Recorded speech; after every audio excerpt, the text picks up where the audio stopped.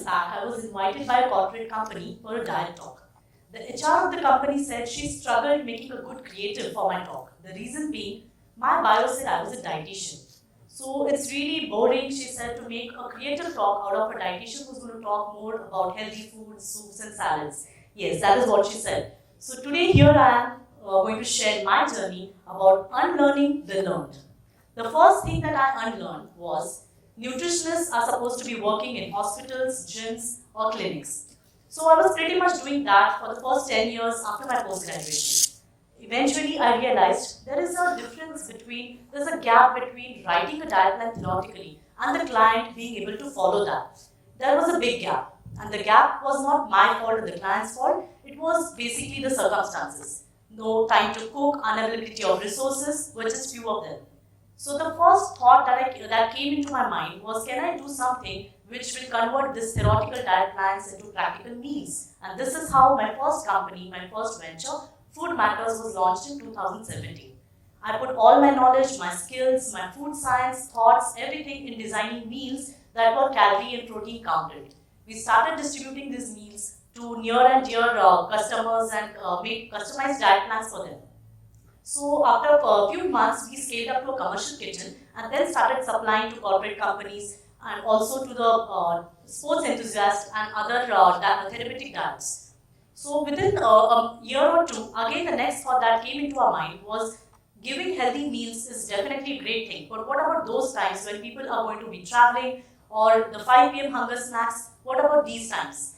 So this was the thought which led us to start with the next venture, Food Nest, which was all about healthy packaged foods. Now to start something into packaged foods needs a lot of trials, a lot of experience and a lot of research. So I wanted some product that was my USP or some product which will help me really echo my thoughts into the product.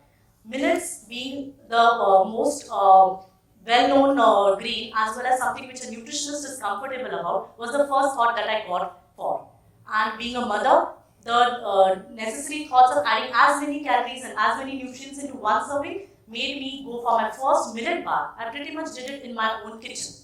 Coincidentally, there was a big millet brand which held a recipe contest for millets among the dietitians in Pune. I went ahead with this bar, all excited to showcase what I really had made. And yes, I did win the competition, but let me tell you, I was just a second runner up there. But this winning competition was a big turning point in my career. Because then I had the confidence that I have some product in me which can really work in a bigger market. So I thought of how about making this commercially available. So I pitched my idea first to my husband, who is an engineer. Being an engineer, he believes in Excel sheets more than anything. So once he had all his investments, all his finances, capex, opex, everything on places, he said, yes, this is doable and let us go ahead with it. With all determination and lots of faith and hope, we started our next venture, that was Food Nest, into healthy packaged foods in 2019. And yes, we pitched to the same millet brand who had held the recipe contest. So this is how I did my first unlearning, from being a nutritionist in hospital to a nutripreneur. The second thing I unlearned was about working hard. We all have heard, work hard to achieve success.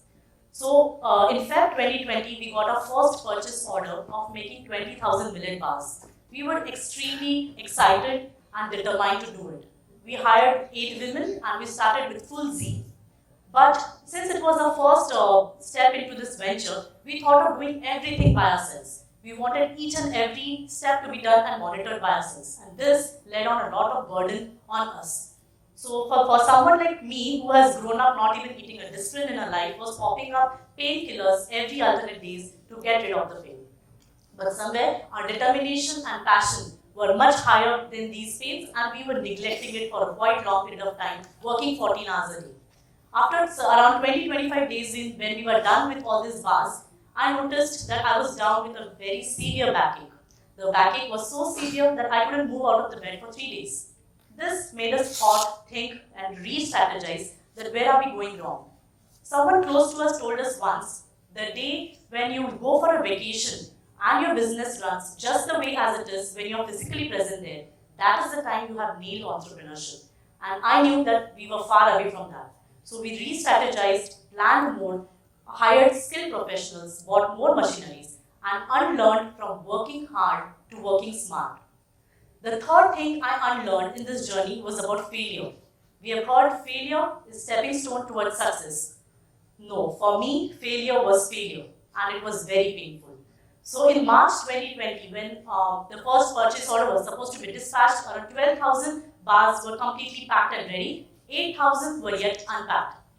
So around 17th of March, my father, who had a farmhouse in Sangli, invited us for a puja which he had renovated his farmhouse, and he had called us there. So me with my family, my brothers, my entire family, parents, we all were in Sangli. And we thought that we should take a break from this hectic schedule and come back and do the rest of the packing. So on March 20, 2020, everyone knows the date, the national lockdown was announced. Initially we did panic, but we thought of smiling through our worries. But days turned into weeks, weeks into months, and that is the time the failure was actually hitting me hard. The banks didn't stop their EMI. The rent was not forgiven. We had a rented place, and the bank loan was around 25 lakhs that we had started our business around. So this all made me sink in, accept failure, and go more about frustration in that period of time. So what were the ways out of it? I thought to myself, crying about it is not really going to help me out.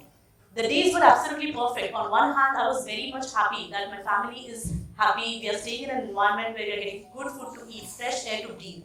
But the nights, I had nightmares. It was wandering all over my company, my food list. What about my unpacked bars? They are getting spoiled.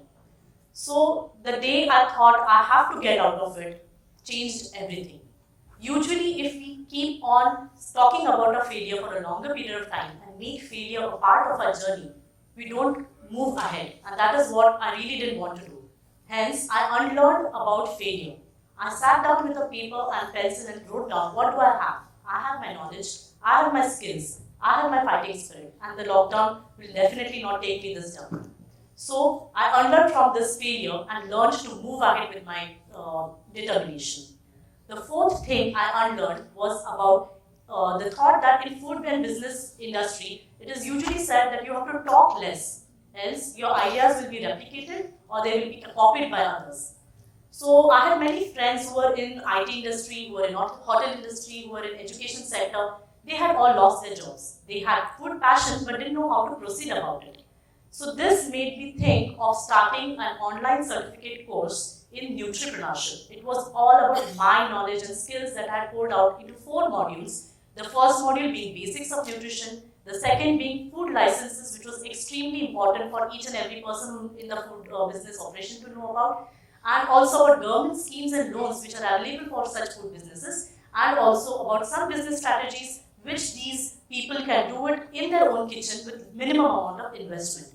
This thought was helped by and mentored by my seniors, my mentors, and I got a collaborative certificate with the Indian Dietetic Association. Once this certificate course was out, I had nearly my first batch of 50 students ready within the next 3 days. I was overwhelmed. I was really happy the way sitting at one place, I was able to share knowledge to the entire country. My moment of happiness, the real happiness, was when one lady sitting in Chennai started her own nut butters brand and she couriered it to me and happily saying, this is the brand, my own brand that I have started. This was how I started relating success to. The second moment of happiness was when the principal of Home Science Department in Bihar called me and congratulated me for the course because she said, this course is somehow a ray of hope for all those dietitians who do their graduations or post-graduations with us. The reason being, most of the time, after your graduation, you either work in hospitals or gyms, and if you get married in that time, you don't do either. So this course was going to help them all stand erect on their own legs and be happy about doing something from their own kitchen. So this is how the real taste of satisfaction was tasted by me. So I unlearned from talking less to talking more and more about my ideas and creating many more entrepreneurs. The fifth thing I unlearned, which most of you know about, is women have superpowers. We already know that. We call women as someone who does all possible multitasking. So on Women's Day, on Mother's Day, we all share the picture of a woman having multiple hands, holding a kid in one hand, a laptop in the other, a shopping bag in one hand, and the laundry in the other, and we boast about it. the modern Durga Mata that we call about. But let me tell you, if you know such strong women, please go and hug her. It is not only the struggle is real, and that is what I experienced. When I took my leap of faith into entrepreneurship, I was very hard on myself.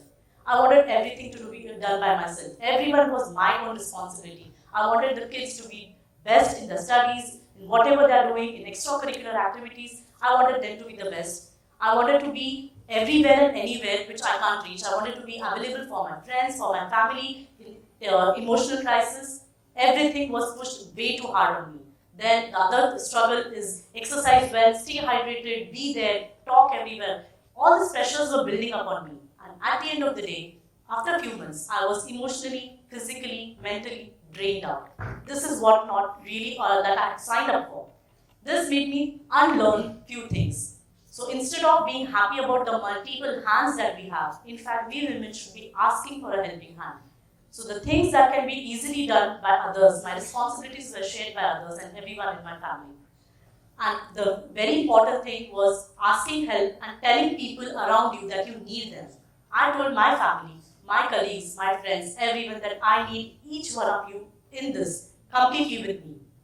This is what will make me stand erect and confident. I want all the pitches, all the coffee dates, all the shopping sprees, all the pats on my back to encourage me day in and out.